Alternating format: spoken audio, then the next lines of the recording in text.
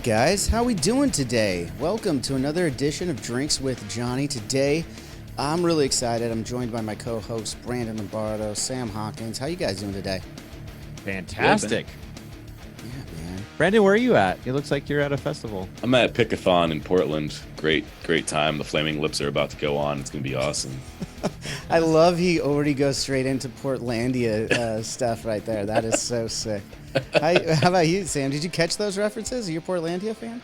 You know, I'm not, but not because I am opposed to it. I just haven't had the chance to watch it. But I was telling my buddy Chris about it, and he's like, you got to watch Portlandia. They nail it on the head of exactly how Portland is. They do, and that's how I got into Portlandia. Is I went to Portland once, and I was like, this place is fucking weird, man. and then I was like, I feel like I would like this show, and I watched it, and I was like, oh my god, this is what my experience was like, and I just fell in love. I gotta watch it then. I've been to Portland a couple of times, but it's usually been in and out. I do know that they used to at least have good strip clubs. That's how I gauged things in my 20s. My hairdresser or salon barber, whatever you want to call it these days, the guy who usually makes me look pretty. He didn't do this, guys. This is still from not being able to shave after I lost my bag in transit back from New York. But yeah, he's from Portland. His name's Zach Teachman, and shout out to him. He usually does a great job of cleaning me up. But yeah, he's told me some stories about Portland. He's a believer in Sasquatch out there. So that's new. The Sasquatch. So Sasquatch. You're the second person recently who've said that. I did not realize that's Sasquatch. Sasquatch.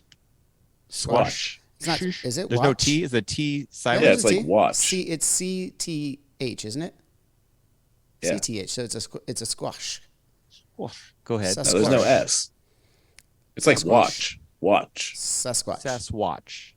Swass. Anyways, yeah. So that's a great way to Drinks with Johnny. Yes, let's start the show. I have already started. This looks like a harmless seltzer water, but it did get a little dropper of some THC. That I like to, it's a good way to go, and I like this brand of seltzer water for it. It's the lime watermelon goes really good with my dropper. I don't know what you guys are going to get into tonight, but that's where I'm starting.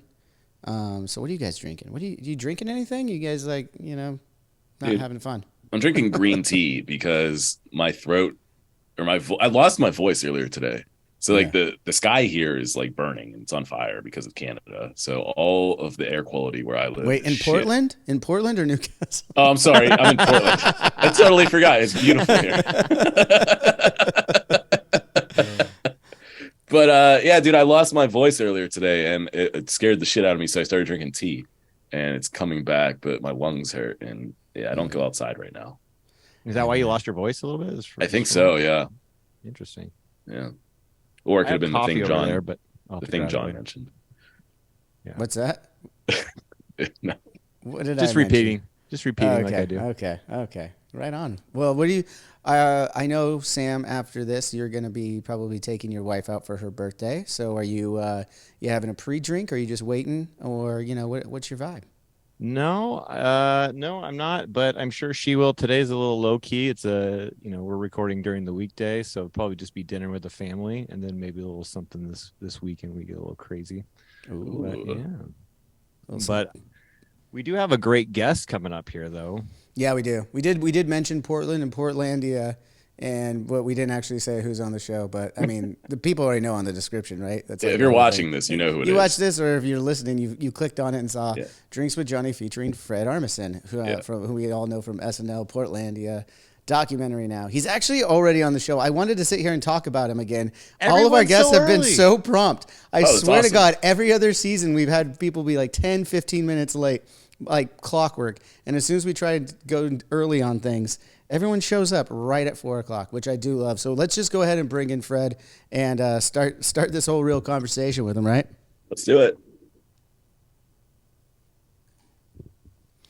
So yeah, I mean, I was just saying before to Brandon when we did that Friday episode before Fred came on the show that I'm a big fan. Hadn't listened to the music a lot, and then I heard Trenchmouth, and I love this album from 2003. Fred, how are you, Brad?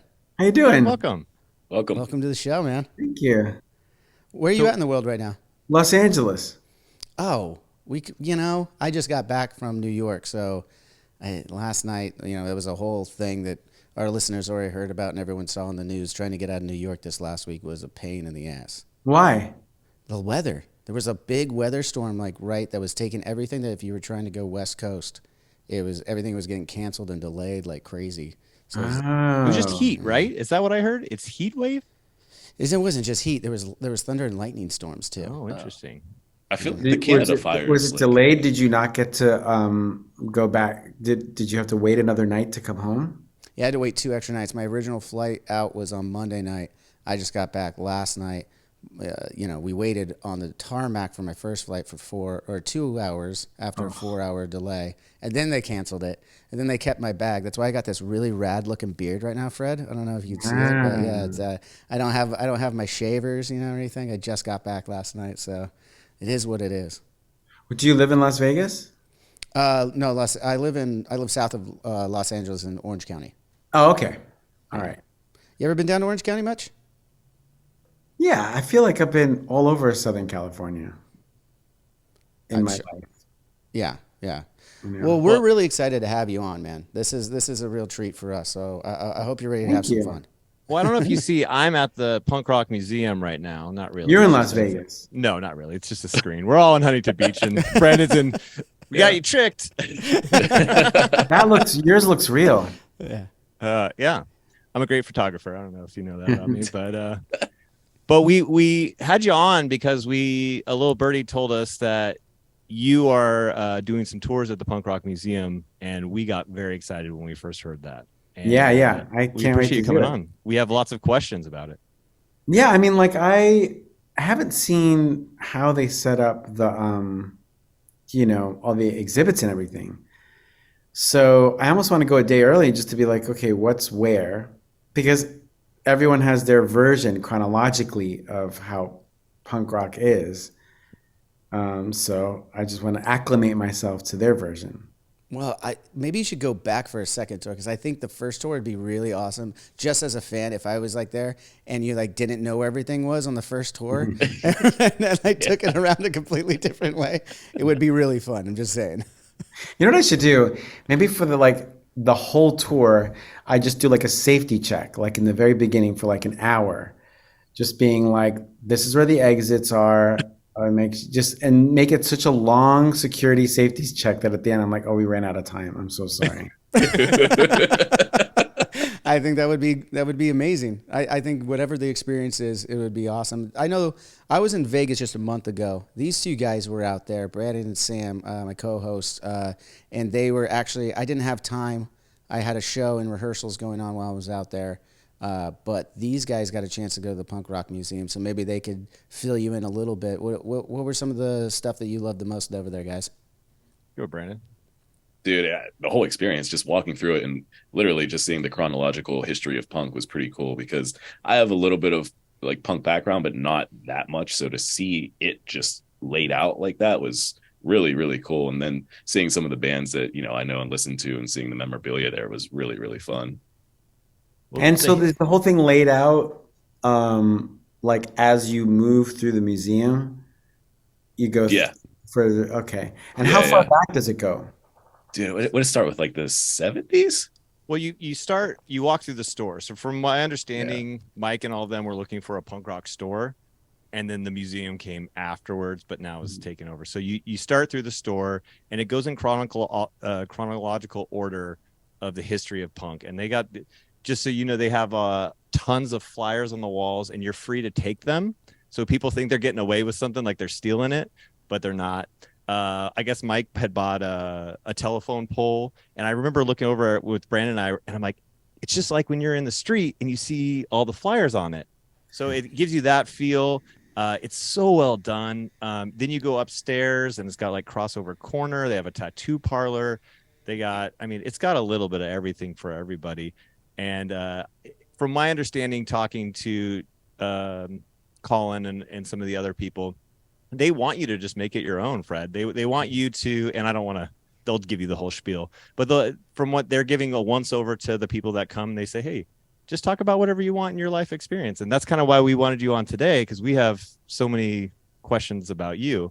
But I don't know what you have planned, but are you doing one tour or two? Two. So are you going to do one as Ian? Oh, that's not a bad idea. I think that would be rad. I mean, the only risk is how long does it hold up?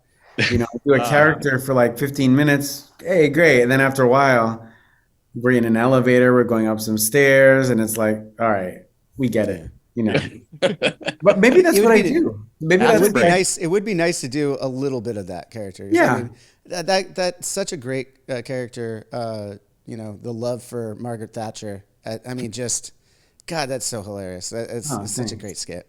Was that your idea, or I know I read some things. Seth Meyers. That was Seth Meyers. Okay. I know. Like as much as I would love to take credit, like I came up with this idea that the only punk in like the British scene who loved Maggie Thatcher, it was Seth Meyers. It was because she died. It was after she died, and he was like, how can we work this into a sketch? And that's what he came up with. So luckily I got to do it, but yeah, purely his idea.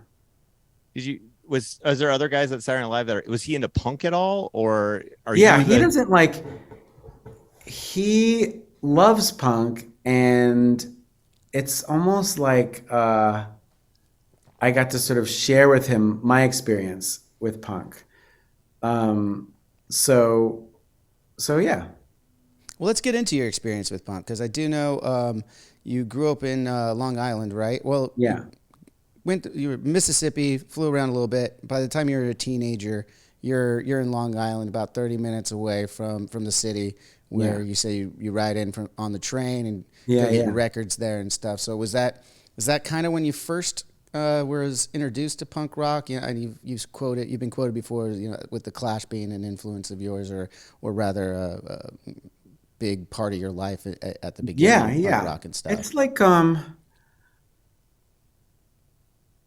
I would say it was, first of all, it was my I had high school friends, you know, who like were really into it, who would like my friend Kenny turned me onto hardcore. So it wasn't just the Clash and bands like that. My first sort of like way into it was like seeing Devo on TV or seeing Talking Heads on TV, and then subsequently the Clash.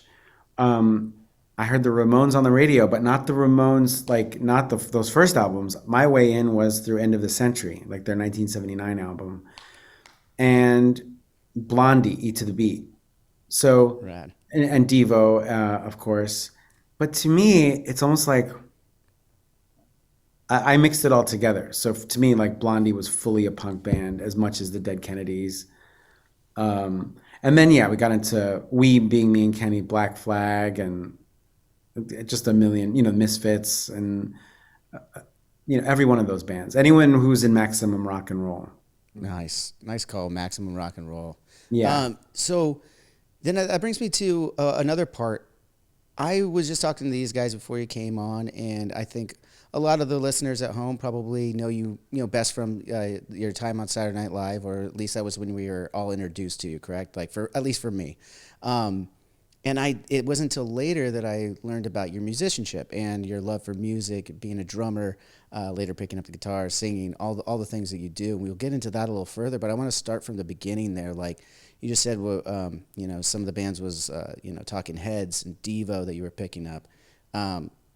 When you were going down to the city to get these records and whatever that looked like, were you already a drummer, or was it? Oh yeah. Okay. When did you start the drum? When did you start the drums, and what was your I don't know, for you? Elementary school, 5th or 6th grade or something. 5th grade, somewhere in there. I took lessons at home, and then like I took lessons at school too, and there was like the school band and stuff. So I learned on a pad and all that stuff, and then I'd like jam with my friends, you know, just playing different instruments. And then in junior high school, or really high school, me and my friend Kenny, who I was telling you about, we had a hardcore band called KGB. You called yourself KGB? Yeah. That's Was it just straight KGB, or do you guys have alternative? What the KGB stood for? No, it was just, I mean, it's such a like reflection of the times because Right. like KGB was in the newspaper all the time. So like as we emulated like, political bands and stuff like that, we're like, yeah, we're the KGB. So then it just stuck. And when you say hardcore, you're East Coast hardcore. I imagine it's more East Coast hardcore punk, agnostic front, kind of stuff Well, like that, or what I kind of suppose hardcore? like It's kind of broad. It's kind of broad these days. What hardcore means, right? it's broad. I'd say it because we were East Coast, it was East Coast-ish. But we were so young that we didn't have the nuance for it to sound like any genre. Like we were just so young that it was enough for us to go like the fact that it was fast, we were barely holding on. So that's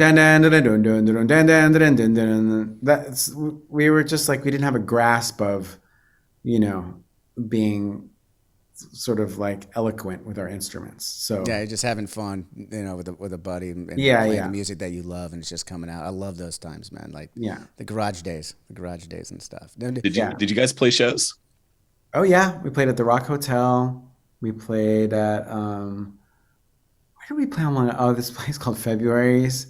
A couple places here and there, but I guess not many. But for a high schooler, it was a lot. I was like, whoa, we're actually playing a show. The fact that there's a PA system was like blew my mind. Whoa, a microphone. So that Mike used to talk about how the LA scene with punk, and I don't know how deep you were into it as more of just playing it, but like the way he talks, it's almost like a gang mentality in LA at that time, and it seemed like pretty rough. Was that the case on the East Coast too, or did you see any of that, or was that even? What do you mean?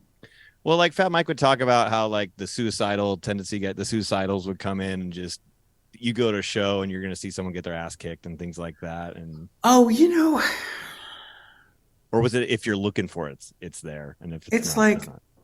I wasn't into like violence, but like I mean I would see moshing and stuff.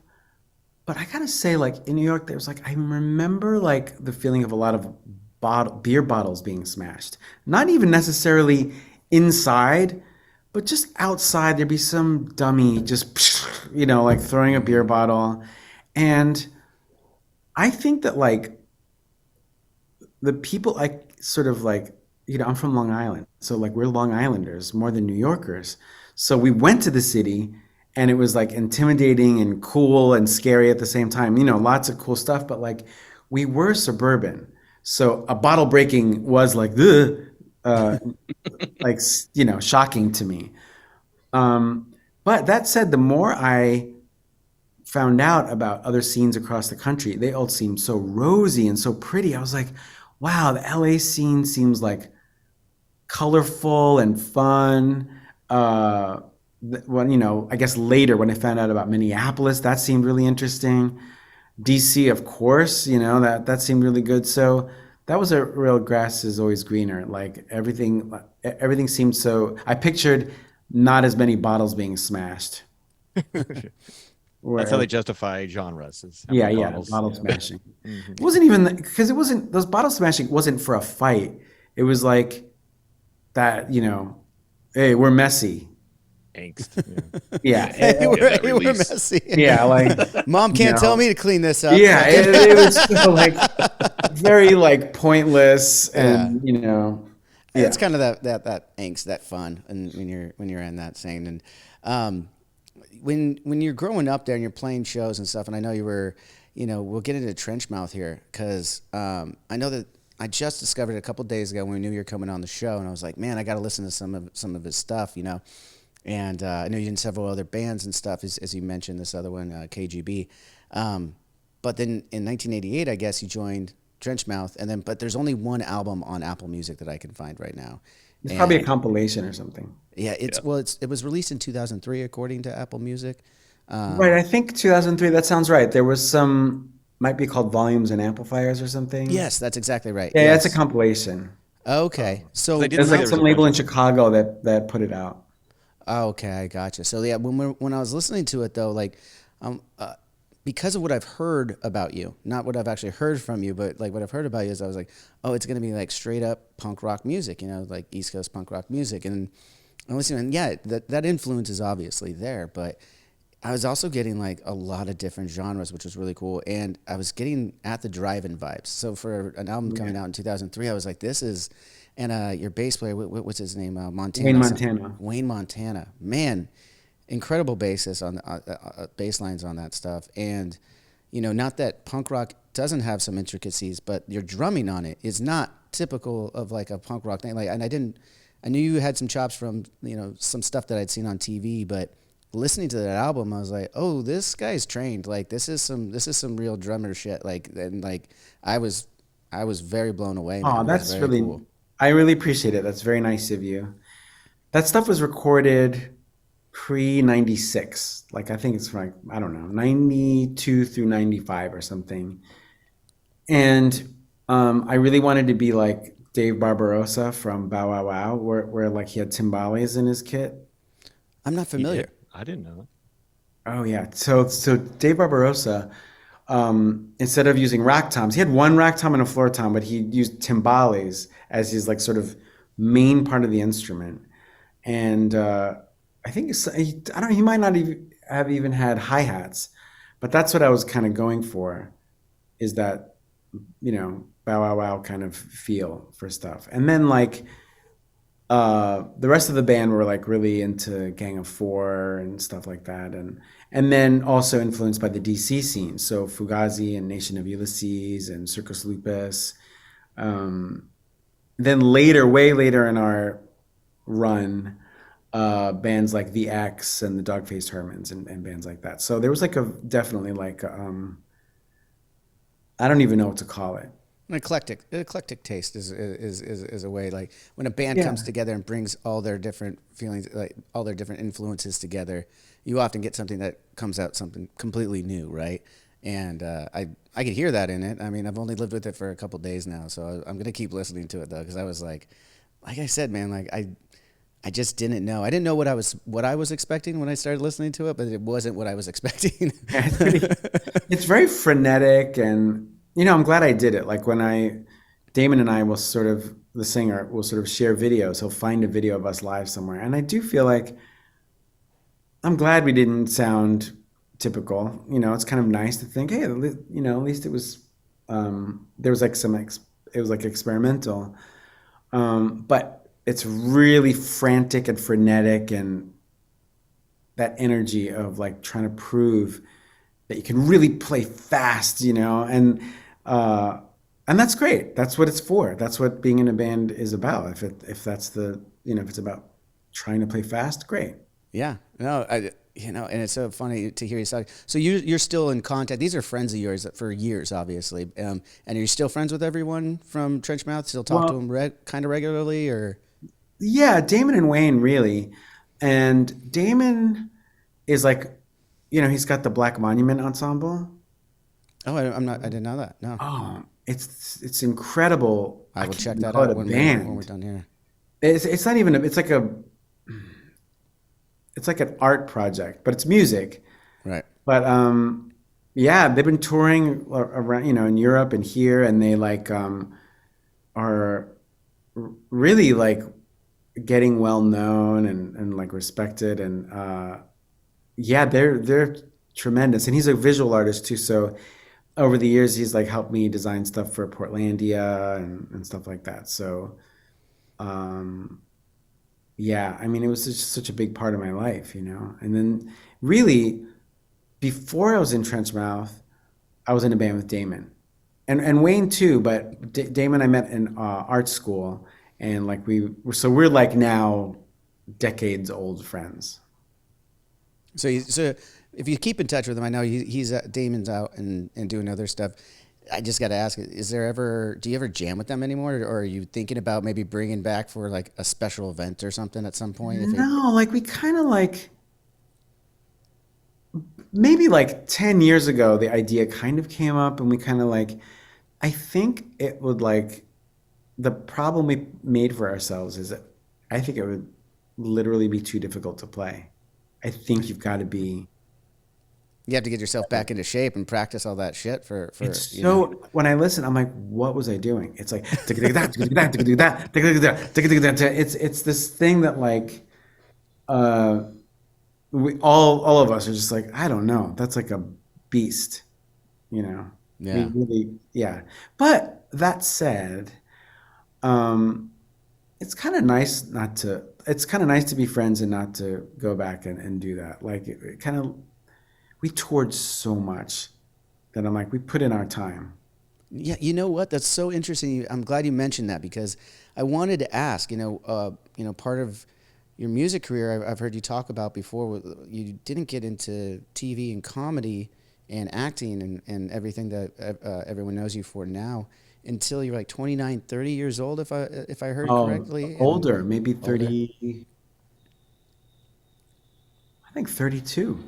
Wow. And you know that's it's just interesting to me because I didn't realize just how much time you put into your musicianship prior to. You know, when I learn about it post fact, I'm thinking, oh, he was a musician for 5 years and then gave that up, and it's like, no, like you did it your whole life. That was your number That was one my passion. thing. That was your thing. And That when you was said you like guys toured, whereabouts were your guys' shows and tours and stuff? all over the United States and Canada.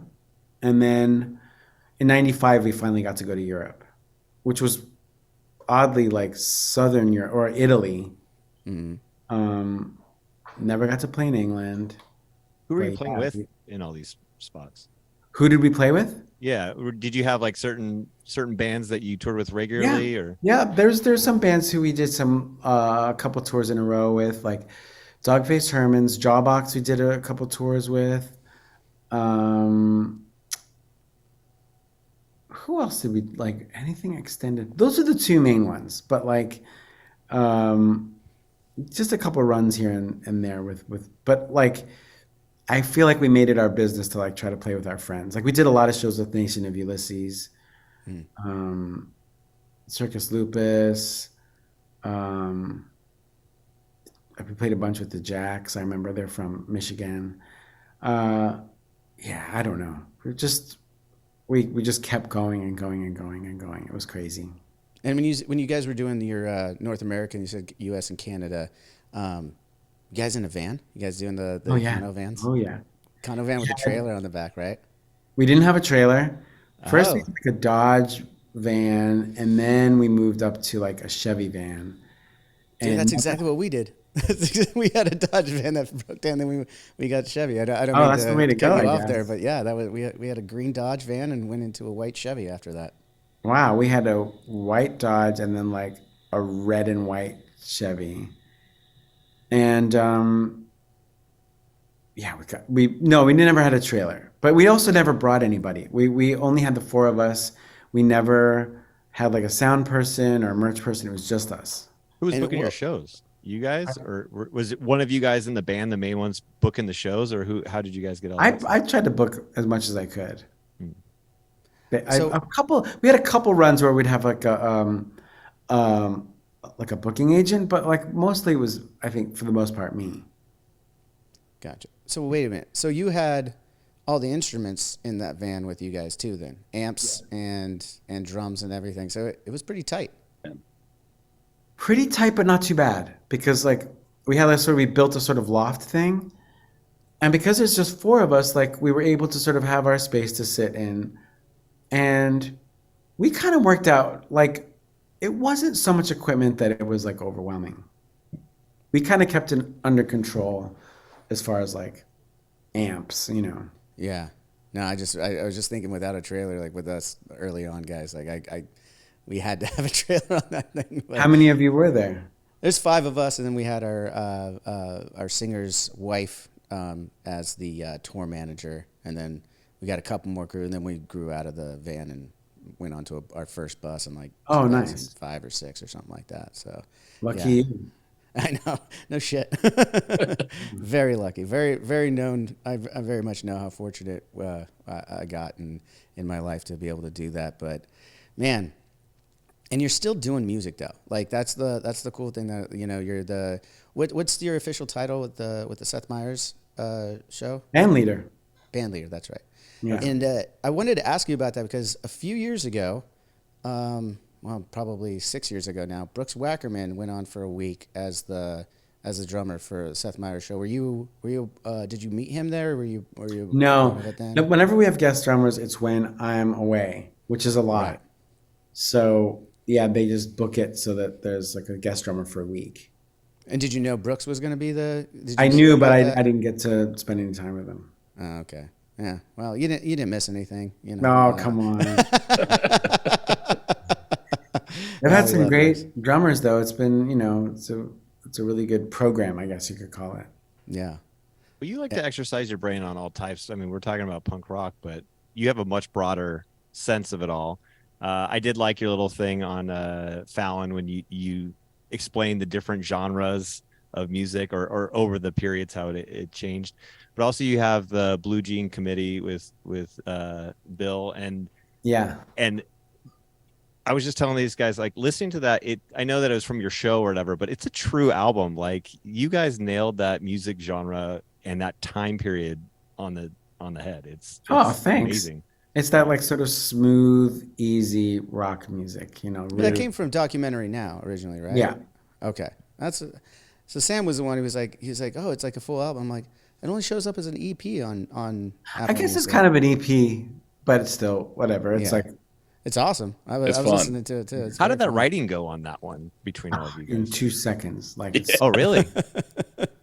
Because with genres, you just like, you don't have to worry because you're like, well, this sounds like it. That sounds like this. This sounds like, Seals and Crofts. This sounds like the band America. You just sort of go for it. Like parody is kind of easier that way. And you're not keeping it as precious, I guess, if it's not like. No, in fact, it's like, it's not like, oh, I hope this doesn't sound derivative. It's like, I hope this sounds very derivative. That's true. So in Bill 2 seconds, Hader's a bassist, right? Pardon me? Bill Hader's the bassist, right? Yeah, he plays bass. That's what it was. Okay. Yeah, I thought because there was that skit that you guys did with where you're the wedding band with Dave Grohl and Bill's really playing. Yeah, I could tell actually when I was rewatching that skit. But yeah, I didn't know Bill was the bass player until that part. So that's did you guys talk about that on the set when you guys were on cast members on SNL? Did you jam before that? Oh, all the time. Who wrote that one? I did. Oh, you wrote that skit? Yeah. That's a great That skit was like a love letter. That's a very personal skit. Oh, really? How so? Band reunion at the wedding is like, that's like my love letter to all the music I grew up with. That was like a real, like, it was like a thank you note to like everything that I love in punk rock. That's awesome. And what a cast to have to execute that love. Yeah. Well too. I mean, it was, there was, I had seen this movie called like American Hardcore. So like it's about the American hardcore movement. And, it's like a natural thing. Like a lot of the original guys are getting older. So the math worked out that some of them would have a kid who's getting married, so, but there's like little, I don't want to call them Easter eggs, but there's like little details to that sketch that are,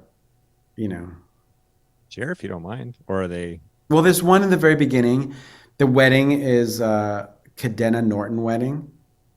So Greg Norton from Husker Du and Des Cadena. Oh. Just like, it's not them in the sketch, but it's no, but you use the character. Like, let's put some, words. And then like each sort of, the lyrics are kind of a type of American punk rock. And is that where what we were talking about earlier with all the broken glass, smashing all the glass everywhere? In a way, what's weird is I didn't think of it, but now that you say it, I'm like, well, that is my early experience. So yeah, subconscious, like that's what just came to me. Dude, that's so rad, so rad. So since we're already into the SNL stuff, let's go with that for a second, if you don't mind. That's where, as I said, I discovered Fred Armisen, and you had some great characters. And one that I wanted to talk to you about that was like my favorite one was Stuart from the Californians. because I'm from Southern California, and that skit, like that reoccurring skit with with the whole cast and everything, that was so amazing. Didn't you even came back after you were no longer a cast member a few times? Yeah. A few times you came back on to do the Californians, right? Yeah, yeah. It was a blast. It's like, it is like, I live in California, and it is what life is like here. Like, you really do talk about directions to get anywhere. And traffic, more than just the directions. It's also Traffic, the how to traffic. avoid it, all these, routes. And it just comes up for no reason. Like, you'll just meet someone for dinner, and then you're like, this is how I got here. It's just like a constant thing. It seems like you're in all your characters and pretty much everything that you do on screen, you're having a good time, right? Oh, But yeah, I love it. in Californians, by the end of every single one of those, every cast member is like trying so hard not to crack up when you're all Yeah. looking in the mirror and Yeah. seeing it. It almost seems like you guys are trying to fuck with each other in a sense to see who you can make crack, and Oh, the definitely. over the top voices and everything. Like, what was your? Did you ever have like a hidden thought like that? Like, I'm gonna get so and so today. Was that ever a thought, or was it just kind of in general? You're just having so much fun with the character. Not too much, except, it was like, I remember when me and Bill, it was like our last year at SNL. I remember us kind of like trying to make each other laugh a little bit, just because it was so loose, and like, it was starting to get real casual, just because it's the last year. So you sort of loosen up a little bit. So yeah, there was a little bit of that. And just again on the Californians, and then we'll move on from that one in particular. But over the years, I'm a big SNL fan from before, like when I was I'm a with you, little kid. dude. I'm an SNL fan. Yeah, dude, it must have been so cool to like. I've heard you talk on the. Actually, I listened to you on the Andy Richter 3 Questions podcast that you did a couple weeks ago, and you were talking about that. Great conversation, by the way. I started following the podcast after that. It was very interesting and funny and fun. It was everything you'd want out of a podcast. Oh, So great. shout out to Andy on that one. And I know that you started with Conan and Andy on TV the first time you mentioned on that. So that's really cool. Yeah. We get to come full circle with it. But over the years, I've heard that some of it, as you said, it's a cast member comes with the story or the sketch rather, and then. Or sometimes it might come from the writer's room. Yeah, Californians, is that a writer's room? Was that somebody on the cast? Which one? Californians. That was me and this writer, James Anderson. Oh, was Sick. you? Awesome. Yeah. But it was kind of a bit that we were all doing anyway. Like, sometimes, because it's in New York, and me and Bill and Andy, and I remember Keenan also, we will all just have come back from California. We were in LA, and for some reason we'd start kind of, going like doing the, I went up Barham, like we started talking about roads and streets. And then this other really weird thing happened where I was talking to Dana Carvey. I was not on the cast with Dana Carvey, and it is like I'm name dropping, which I am. Rightfully Love so. Rightfully But so. I was in San Francisco, and he was telling me about his son. And he was telling me that it's like hard to get mad at his son when he gets in trouble because he's like so charming. And he did an impression of his son. So he said his son got pulled over. And so that Dana was, I don't know, mad or whatever. It was like, what happened? And then his son is like, Dad, no. And he described that, hearing his son like that, as it was like, oh, I can't be mad at that guy. But that impression was kind of like, that also was part of the mix of it all. And the way that we wrote it was, I remember it was like midnight, and I was like, what am I supposed to do with this idea to this guy, James? Like, directions. What could it be? And then he said, oh, why don't we just make it a soap opera? And then that was the sketch. The voices too, like the Valley Girl accents were just like so over the top and awesome. I do know, like, I'm clearly from California. Like, when you first moved over to the West Coast, was it? You hear the accent, right? Like, Oh, yeah. I don't realize that there's an accent. I'm just like, this is how I fucking sound, In Orange County specifically. Oh yeah, Yeah. It's all dude and like, dude. It's what we do. Yeah, and you do sort of, there's something in the vowels. You do really hit everything really hard. all the consonants. There's a real, I feel like Southern California, they really like embrace every part of the word. Every part of the word. You just really live in every word. If it's worth saying, it's worth taking time to say it, man. Yeah. I just love that so much, man. Thanks for sharing that story with it. You know, the last thing I'll ask about, sorry, I'm gonna let these guys get to a couple things too, but I heard we just talked about how you grew up a fan of SNL too, and the music was another part of it for me. You know, just all the iconic artists that came in and would be regulars and come back every time they got a new record, you know, and how many times they would do that, and some amazing performance. I remember Pearl Jam being on there, and I was like, when I was a kid, I was just like, oh my God, who is this? You know, and picked up 10 later that week. And yeah, man, I just had a question for you on that, being a music fan and stuff. Like, what are some of your favorite performances that you can remember, both as a cast member and growing up watching the show? Growing up and watching the show, like the music performances are some of the biggest things of my life. That SNL introduced me to punk more than anything else. Like that, like I saw the specials on there and I was like, I'd never seen anything like it. And the B-52s and Blondie, later the Clash. It was actually something, Talking Heads were on there. Like it's something that like put into my head, be visual. Like if you're in a band, it's got to be a visual experience. And all those bands were absolutely, they're all about aesthetics. So yeah, when I was growing up, I mean, to this day, I think the specials on SNL is the best TV performance of anything ever. They were the best musical guests, in my opinion. And that performance, I could just watch. Maybe I'll watch it right after this.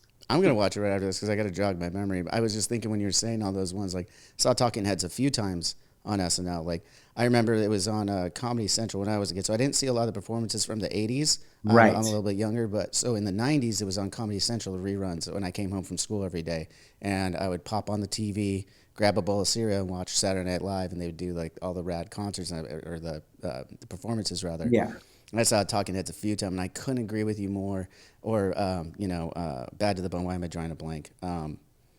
George Thorogood? George Thorogood, thank you. Yeah. Yeah, and the saxophone player doing a solo, that sticks out in my head. And yeah, as you said, like the visuals, especially some of the new wave bands in the 80s, like they really brought a different performance to it that was niche. It seemed niche to me to be specifically for TV, right? I mean, I've seen a lot of concerts, but like they produce stuff specifically for TV out of there. Yeah. You ever talk to Lauren about that? Like, did I ever talk to Lauren about that? I bother him about it all the time. Any great stories? I'm like a broken record. I ask him about the replacements. I ask him about all that stuff. I am obsessed. In fact, I feel like when I first met him, that's like what we connected on the most, like just talking about music. Because, he put those bands on.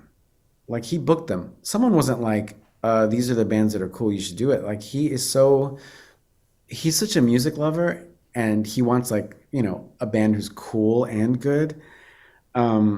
So he's already one of us, you know what I mean? Not that he needs our approval, but I'm saying like, right. I'm saying music fans.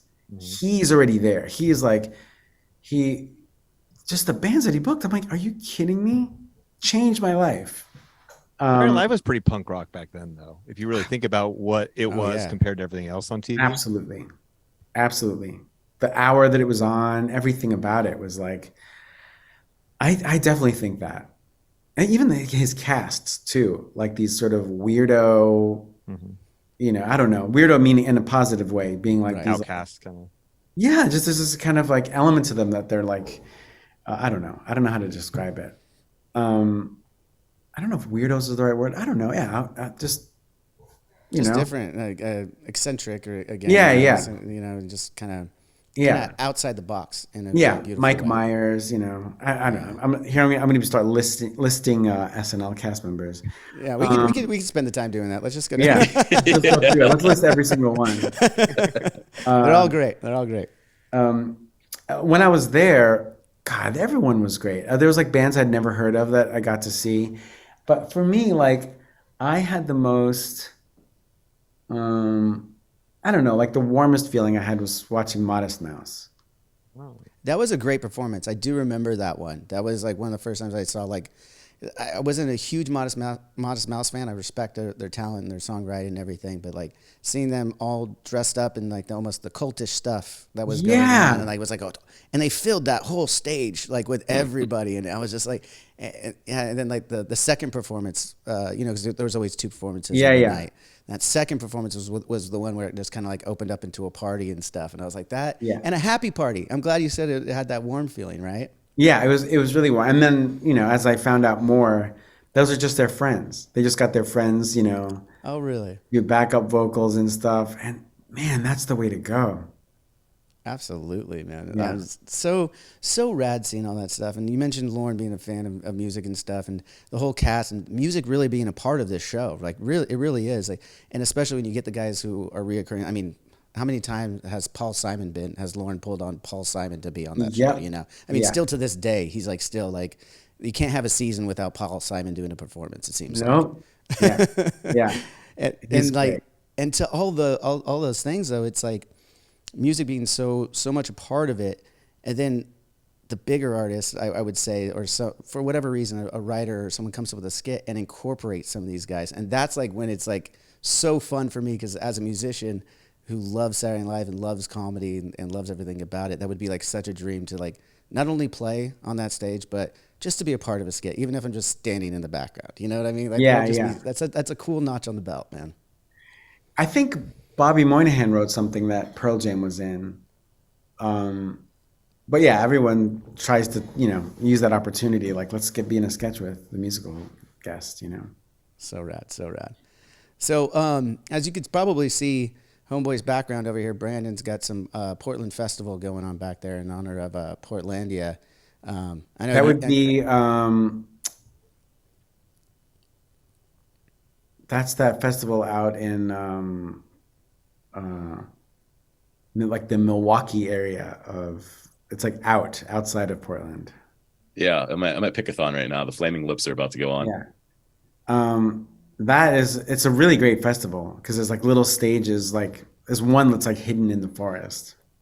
Yeah, I've never been to it. Have you been to it? And that's what inspired the Oh episode? yeah, a bunch of times. But it's a really like casual festival, meaning like there's not like a million wristbands and badges and stuff like that. It's kind of like you just walk around and there's just one stage that's like way in the forest with wood all around it, and I love it.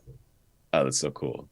So transitioning from like SNL to Portlandia, how did that come about? Did you move to Portland? Did you just visit it once, or what led you to create that show? No, I've been there with Trenchmouth before a couple of times, and one of my best friend, Carrie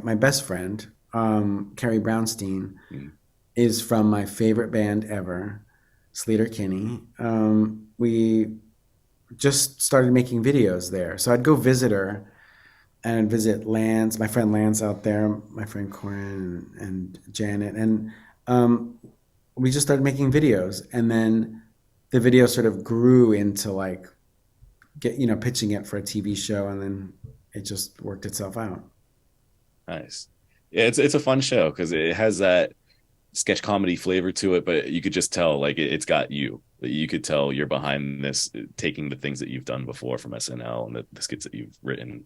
It's fun, and it just paints Portland in a fun, weird light, because my brief experience there led me to watching Portlandia, and I said, oh my God, he fucking nailed it. Like this is Portland. This was my time there, and it drew me in and made me such a fan of it. Oh, I appreciate it. Thank you. Yeah, of course. And I love Portland. It's a great place, and I'm glad every time I get to go back. Carrie still lives there. Nice. So you still visit her and go out there? Oh, yeah. Oh, awesome. Yeah. One of the other times I saw that you were out there, I don't know if you were filming at the time, but you were on Comedians in Cars getting coffee with Jerry Seinfeld. And I watched that years ago. It was like the third season, I believe. And great show. I'm sure it was a blast to. Oh, it was awesome. To be with Jerry on that. Like, I've never met the man. I'm just a huge fan, obviously. And yeah, he's so wise. Yeah, he does seem so fucking wise, man. Like, I had a question on that though, because obviously you guys film for a lot longer than the 18 to 20 minutes that is done, and there's a lot of edits and stuff like that. And I'm sure it's still a great time. I'm wondering, can you give me any insight to behind the scenes of that day? Do you film it in a day? I mean, obviously that Saab was a pretty interesting car. I love that he picked that car. It's funny. It's pretty like there's no preparation. I mean, I'm sorry. They do a lot of preparation, but they really did call me on my cell phone. I mean, we had reserved a day, but they do like call and say, okay, we're coming to pick you up in 15 minutes. So go downstairs. And so that part's all real. Like, it's not like we were all hanging out and all of a sudden, okay, let's go in the car. They really do sort of come by. They meaning the production. Right. And get in the car. There's nobody else in the car. It's just me and Jerry, a couple cameras set up. And it was really cool and instinctive. Like, he's not like the typical person who like has expectations. He was really good at like, put it this way. I had an idea to go to like a drum shop, and he was like, in the moment, he was like, let's not do that because it's too like expected. He's like, let's do, I don't know. There's something about the way he's like, he wanted to keep it unpredictable. Yeah, and I like the hipster count on it. There was like the hipster waiting count because the coffee took a while or whatever, and then the food at the food truck, and then the guy with the sunglasses that, supposed to help with digestion. And you can tell Jerry wasn't having much of that. He's like, I don't like this pretentious stuff. No, he doesn't suffer people like that, really. Yeah. I don't mind. I'm always like, Did you know Jerry, or how well, I guess, because I'm sure you knew him a little bit before that, or not that much.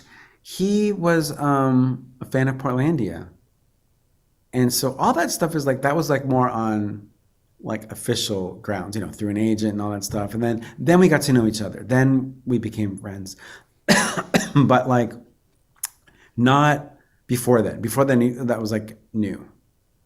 Right on. And I just wanted to ask about that because, like I said, there's the edits and stuff. You can tell there's the GoPros in the car. It is just the two of you and stuff. And I had a question though, like, did he ever have trouble starting up that Saab, or was that thing like ready to go? Ready to go. Just ready to go. Oh man, ready to go. And I always wondered if is that part of the production? Like they go find the car and bring it out there, and they find the car, and there is like a van nearby, just in case. So there's like a crew around, but they're just not in the car. Right. Gotcha. That's so cool. It's been a lot of fun. I mean, he's had some obviously amazing comedians on there too, but I mean, he had Obama on there as well. Yeah. And it just made me think about it just now because I was like tying it back. I was like, you played Obama on SNL for a couple seasons there before Farrow took over at the end there. Yeah. And it was a great Obama, by the way. I think it was underrated as playing a political guy. And I just had one last question on that though. Have you met Obama, and has he mentioned you portraying him during that time? Yeah, there was an event a bunch of us had to go to in Washington, D.C. when he was president, and like we all went into this like room to like kind of meet him, and I felt bad. I was like, God, he must have to meet so many people, but he was really, really nice, and like, talked to me about the impression and stuff, and God, he was great. He was just like naturally charismatic, and in that moment made me feel like, oh, we're really having a conversation. But while you were having it, you were thinking. But then I also felt like, oh my God, there must be a line of people behind me who are like, they're not waiting to meet anyone else in the room. He's the guy, Yeah. Oh no, that is the guy in any room, right? It has to be. So cool, man. And then back to a little bit of documentary now. I haven't watched every episode, I'll be completely honest, but like the ones that I have are just like straight fire, as the kids say these days. But like I love that style of show. I think, as Brandon mentioned before already, where it is like it's satirical, but it has that flavor, and that makes sense that Seth wrote the punk walk sketch we were talking about earlier with Ian and Maggie Thatcher, because it has the remnants of that, but just in a longer form, like that. With that was the inspiration for it. Like that's because of that piece on SNL, me and Reese and Alex, these directors, and Bill and Seth were like, we got to keep doing these. We got to figure out a way to, keep going because we enjoyed it too much. And like today, you're still involved in so many different projects, right? Like you go in and you look at everything you got going on right now. So I appreciate the time, by the way, too. But not letting you go yet, but appreciate the time. But you got another new one you produce, right? So you're also produced like this full. Yeah. We got a new season coming out. The first season is hilarious. The cast thanks. is great. I hope you like season 2. I'm excited. My sister turned me on to it, and she's like, "You got to check this out." I was like, "Oh, I kept seeing it on Hulu." So this full on Hulu. Anyone listening, definitely check it out. The cast is insane, and actually, Chris, the main guy, Estrada, yeah, he actually is a stand-up comedian, right? Because he came and played here in Huntington not so long ago, and unfortunately, was he at the Rec Room? I missed it. Yeah, he was at the Rec Room. We missed it. So you're supposed to let me know when that shit happens, Sam. You dropped the ball. I do everything for you, Johnny. Sorry about it. I gotta say, one of my favorite things you've been in recently is I Think You Should Leave, Tim Robinson show. Oh yeah, dude, how did that come about? Yeah, how'd that come about? Did you have any hand in writing that sketch? And no, that's all them. I don't even know how they come up with those ideas. It's off the wall. It's off the wall. I can't believe how funny that show is. It's so good. These guys just turned me on to it a few weeks ago, last month actually. We were talking about it on the show. And they're like, they were telling me you have to watch the show Tim Robinson. And I was like, oh, all right. And I didn't think much of it. And I started watching it. I'm a big Tim and Eric show fan too, so I like that kind of absurdness and like that sketch comedy. It's just like, why is that even written down somewhere, and why is it so fucking funny to me? And that was one of those. And that sketch in particular we're talking about right now, I watched like 3 weeks ago in Vegas, not knowing that you'd ever be on this show, and like this is one of the funniest fucking sketches I've ever seen. I've got a 6-year-old boy. We're all dadded up over here, and we're like, it's just like we're like, when they're teenagers, we got to try this, But it's so good how absurd it is. Isn't even that it's a success story of it actually working. It's like, fuck, this is shit. I can't believe I spent $15,000. So how much fun is that? How do you do that? So you're in everything, right? So I love that you just pop up in like Last Man on Earth, like having you pop on there, and just all these cameos. Do people give you a general, because you're such a great comedic mind, do they give you a premise on most of the stuff you're at and then you can play with it, or do they do how does it usually work for you? Usually they've got it all mapped out. So I Think You Should Leave, that was ready to go. And Last Man on Earth, I think that's the same kind of thing. Will Forte is very, like, he has like a real clear idea in his mind for like what it's supposed to look like. So I don't, people will just get in touch. These are friends of mine, so they just go, are you free? Do you want to come do this thing? It's as simple as that. Would you say that that's like 99% of it is just friends hitting you up, or is it going through the avenues sometimes a little bit more? It's a little of both. A little both. Okay. But the stuff like that, is like just, a quick call or something. I heard someone say, obviously we're not in Hollywood or whatever like you are, but someone had said something about casting is, and it's just like a normal job or whatever. You want to work with people you enjoy working with. So it's got to be a hats off to you that you're all over the place and so many people want to work with you. Because obviously we see this. You're a very kind person to give us your time, and obviously you got to be a good time on and off camera. So I would hope so. But that's a nice thing to say, and it's mutual. Like I want to show up. Like I make myself available because I want to hang out with those people. So early, you came 5 minutes early on our show, so obviously you're prompt too on your I show up on time or early. That's crazy. Yeah, he was dead nuts on time. Actually, I'll just say that we just got used to a lot of people who show up. We have a lot of musicians on here, and I'm a culprit of that too. I'm the late guy everywhere I go. I'm the bass player, man. I'm late everywhere I fucking go. Time is just a construct anyway, man. I don't know what. It's the crazy thing about being late is then it keeps getting later. I can't believe it. I'm like, so if you're running late, you're like, I've only got 15 minutes. And like, I got only 10 minutes. God, come on. Get in your car.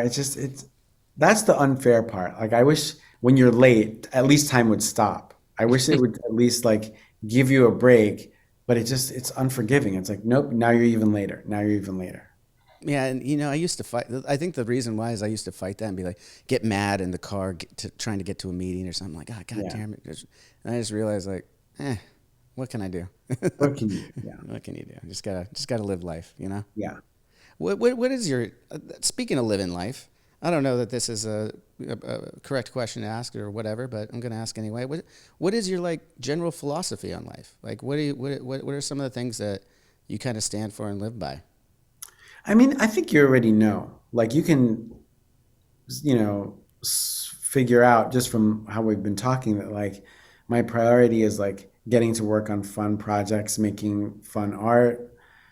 And fun is like such a word that's thrown around a lot, but it's almost like uh, incorporate the things that I love, like music and stuff, into making something like a sketch, and then just try to travel to cool places. So like I have this other priority, which is like, well, what if I get to do something in England or Iceland, um, or wherever? I try to fit that into my life. Have some nice breakfasts, coffee, and enjoy my mornings. Um, I don't know. I don't know if that's like necessarily a philosophy, Right. but I think you can, yeah, like from everything that we've talked about, like where I'm at. Right. No, no, absolutely. And as far as like cities go, and like what are you're mentioning like you want to work there too, and I again shout out to Andy Richter in the three questions. So you guys were talking about how it seems cooler if you're working out of France. Like it just seems like more elegant if you have Yeah. a site in France, and and it is true. I was listening, I was like, I've never thought of it that way, but it is actually true. That's like one of those funny because it's true like kind of things. Yeah. For some And reason, like the ultimate American dream is to work in France. yeah, have you? So that was only a couple of weeks ago. So you haven't? Do you still have aspirations to do something? You mentioned England and Iceland. What are some of the other places that you had? I mean, at this point, have you traveled pretty much everywhere you want to travel? And now you're going back to work. It would be going back. Yeah. It would be a Yeah. case of go. I feel like I've gotten to work at the places I love most. I've never shot anything in Australia. That would be cool. there anyone to Australia's work with beautiful. that you haven't worked with that you would? I mean, I'm sure there's a bunch, but is there any like iconic people you're like, I've always wanted to work with this person? Oh, that's a good question. You know, I wish I had more of an opportunity to work with Yoko Ono. Really? Yeah, and I never had that opportunity, or almost, but um, I think that would be pretty great. Can I Uh, ask you about the story of almost working with Yoko Yeah. Ono? Yeah. she did a music video where she had people dancing in it. I think it was called Bad Dancer, and I wasn't in town. I was just getting into town. Like the hours, I missed it by hours. I was like, oh. So it was that. It was like it was really an almost. Where I was like, oh, damn it, that would have been cool. But um, yeah, that I think That's a great answer. that's my Yeah. answer. Yeah. Yeah. Beautiful, man. Well, you guys have anything else? I know we're taking up about an hour of his time at this point, so I want to let Fred get back to the rest of his day here. You guys got anything else you wanted to? I mean, we've got him now. Let's ask what we want. I got to do something for my wife real quick. I just got to thank you for, I've been with my wife over 20 years, half our lives.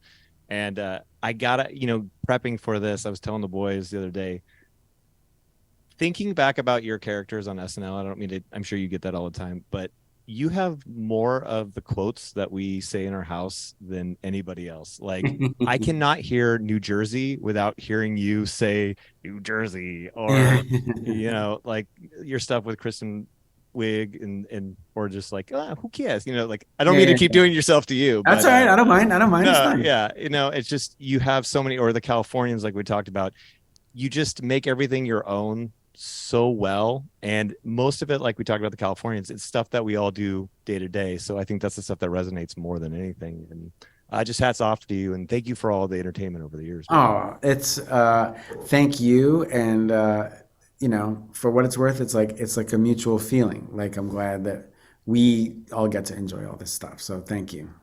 Yeah, man. Yeah. And Brandon, you got any parting words here? Some parting words, of course. I just have to thank you for letting me know what type of video I need to make for my son to keep him in line. So thank you. Thank you. Wow. Okay.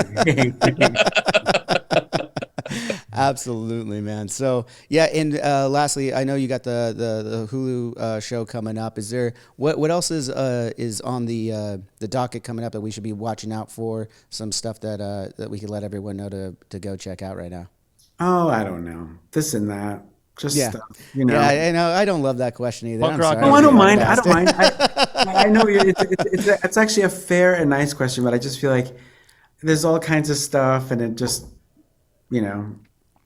Oh, I love you on Big Mouth, by the way. Love that Oh, show. thanks. It's been going with Dad. around. It's crazy. Yeah, I know. Every time, like I'll binge watch a season and I'll wait a while, then it'll come back up on your feed and the new episodes. I'm like, yes, let's go. You know?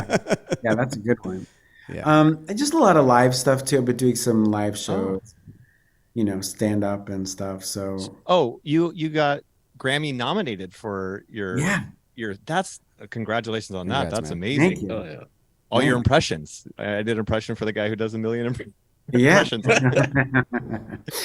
No, I'm psyched about that. That was really So what are the nice. live events? What are you doing before? I just do like, you know, live shows around the country. Just some of it's like touring, but some lately I've been doing like playing like a one-off in some city and coming back and that kind of thing.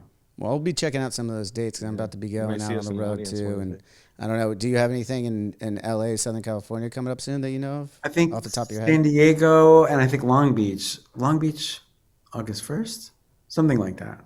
Yeah, I'll check those out. Hopefully, I'll be around for that. No Or- pressure, but that's Or if I could catch you out on the road too, and vice Great. versa. If you ever any interest in coming to an Avenged Sevenfold show, I'd love to. reach out. Please reach out, and you can be asked. I know you have your own avenues to get tickets too, but I'd love you to be my guest. And But you got to be friendly to me when I show up.